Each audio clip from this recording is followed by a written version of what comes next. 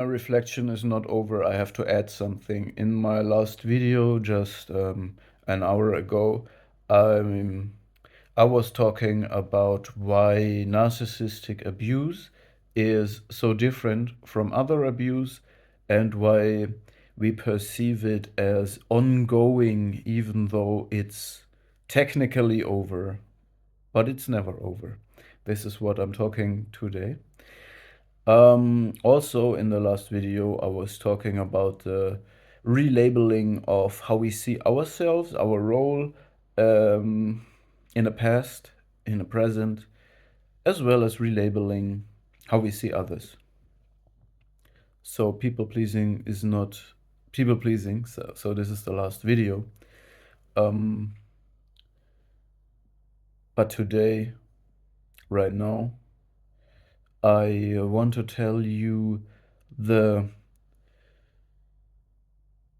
alienating why the narcissist is so alien, why the second guessing, the gaslighting, and the confusion is so going so deep. And this is something that will never end as long as you have just a little bit of contact to them. They will never change. You can change. And this is the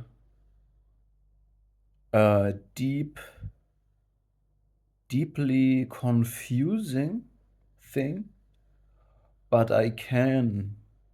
with my mind, with my mind and with words, I can describe it.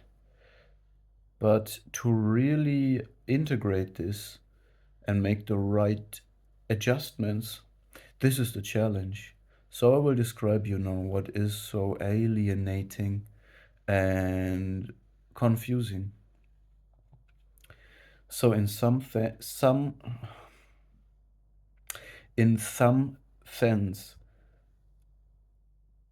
the narcissist changes quickly. In absence of a personality core and in the absence of a moral core, and instead they have a schizoid core, a nothingness, all right? They can change quickly. On a good day, the narcissist can discard you and forget you, drop you like an object in 3 seconds. They can create a new shared fantasy, a new personality overnight. They can change quickly. But on the other hand, they can never change at all. So, on a superficial level, the narcissist is ever changing. He has no constancy, no identity constancy. It's not there. But you have a constancy. Yet, on another level, you can change. But you never change, okay? So, the narcissist changes very quickly and can change, but he never changes. And on the other hand, you can change, but you never change. So you never change your personality core. It will stay the same forever. But you can make adjustments. You can slowly grow. And this is something the narcissist cannot do.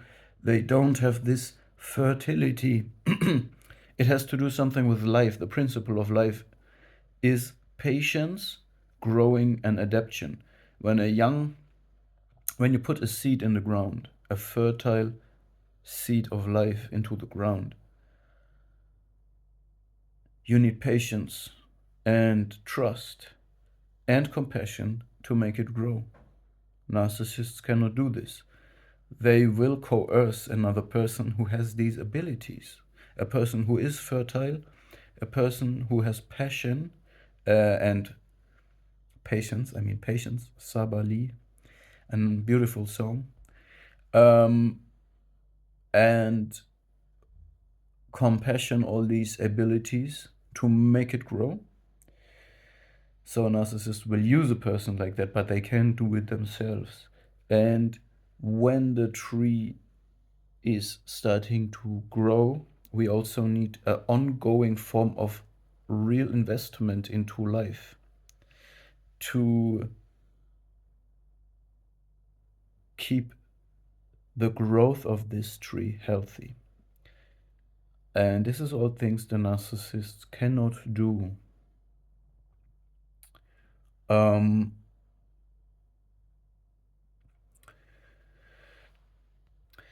Yet the confusing part is, so yeah, one of the confusing parts is that you can slowly grow, but you never change your core. Your core stays the same. You have constancy. Okay? Yeah. So we have to get this right in our head. Okay? We have an ability to change. The narcissist will never change. But the narcissist can change every day, and we can never change our core. So just get these levels right, okay? And one another thing that is so confusing and will be ever confusing because the narcissist cannot change. And you have to change. You have to understand this. They will mirror you to their grave. I repeat it, they will mirror you forever. So, whatever you do, whatever good things you do, they will take the credit for this by implementing it in their own shared fantasy,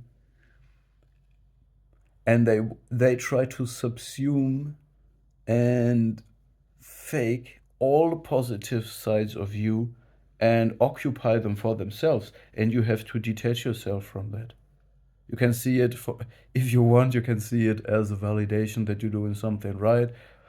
It's a form of envy, probably, but ultimately, you must become indifferent to that. So, even if the narcissist showed they have no heart, no soul, in psychological terminology, no compassion, and no moral core, all right, no core, identity core, they showed this by revealing their deeds. So I'm not talking about the superficial image of what they talk and what reaction they want to project on other people. I'm talking about what they did, facts. This is what they did. This is what they created. This is the situation and the trauma they created in other people. It shows they have no heart, no compassion, no empathy, and no soul. Okay? And you start grow, and in the aftermath of this abuse, you start to grow and make your adjustments and change. They will pretend to do the same, even though even though they showed that they are the worst of the worst. They're not available as human. They not conduct themselves as human beings. They do only shameful things, even though they repress shame, and they can translate shame in a form uh, of false pride and into libido. Ultimately, this is a very weird thing, and I don't want to understand it, but it means you have to you can look it up on Wikipedia. Narcissistic mortification. Um, I don't. This is just the end of where I want to understand them. Um, yeah, so you need to. First of all, we can understand this in our mind very well, as I just put it to words for you, this confusing mirroring thing and changing and not changing. But to become indifferent to this is the challenge. And just to focus on oneself, yeah, this is the challenge. And what I find hard is that they try to draw you back into this stupid competitive thinking by still mirroring you forever. Okay, so when you meet them, when you look at when you try to not know anything about them, you don't want this anymore, you don't want the pathological metastasizing cancer of narcissism in your life anymore. But when you're confronted with these people, it triggers you naturally to be really puzzled that they still pretend to be all the positive sides of you, to be emerging out of a crisis that they don't take responsibility for, but played all the abusive roles, and they pretend to be emerging from it as and having spiritual growth from abusing their own children in mental ways and not taking responsibility for this. There is no spiritual growth in something like that, okay? There is only shame in this. But they will somehow mold it into a spiritual heroic journey they are on. And I don't want to know this. I don't want to see this. I want to unsee this absurd thing. Okay, so you see the problem in this, right? We have to be detached from it, and we have to see it as a humorous way.